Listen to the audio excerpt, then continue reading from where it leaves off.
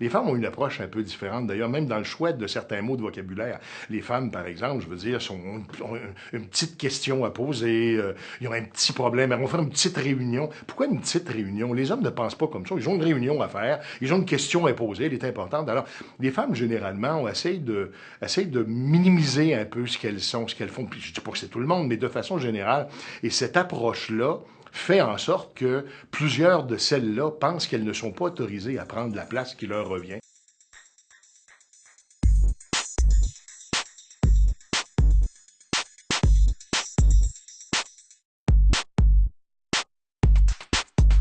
Dans 5, 4, 3, 2, 1, action.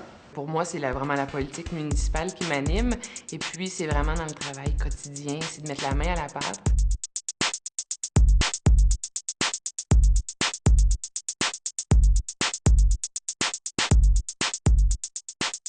Nous, à cette équipe d'encadrement, c'est intéressant de voir l'évolution des participantes du début jusqu'à la fin.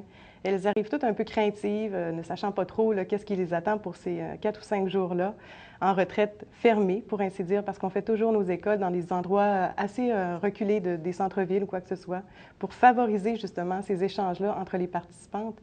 Et après quelques jours déjà, il y a une belle complicité qui s'installe entre les participantes et souvent on voit qu'il y a un réseau qui se maintient après les formations. Dites-vous que vous prenez jamais le crachoir pour 5 minutes. Okay. Non. On est à la télé et une intervention longue à la télévision, c'est 1 minute et demie. Et vous allez vous voir qu'une minute et demie, là, ça passe tellement vite que...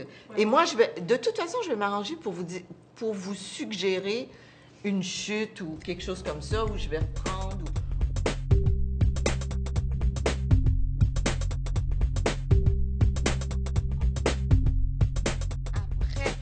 Essais. Est-ce que c'est vraiment éthique de faire payer ça par tous les Québécois? Oui, moi j'estime que c'est non seulement éthique, mais je crois que ça s'inscrit dans une vision à long terme. On est dans un contexte de vieillissement de population, de pénurie de main-d'œuvre. Effectivement, les taux de réussite ne sont pas spectaculaires, mais justement, la recherche médicale est là pour ça, pour trouver... Il y a eu un échange, à mon avis, favorable. J'ai également gardé certains contacts avec certaines femmes avec qui j'ai pu avoir des liens, que ce soit d'amitié ou même d'affaires. J'ai trouvé qu'il y avait, après la sortie, on fondait une famille. On était une famille sans différence. On avait mis de côté certaines choses, mais on a fait plutôt un pas vers la connaissance de soi et de l'autre personne aussi également.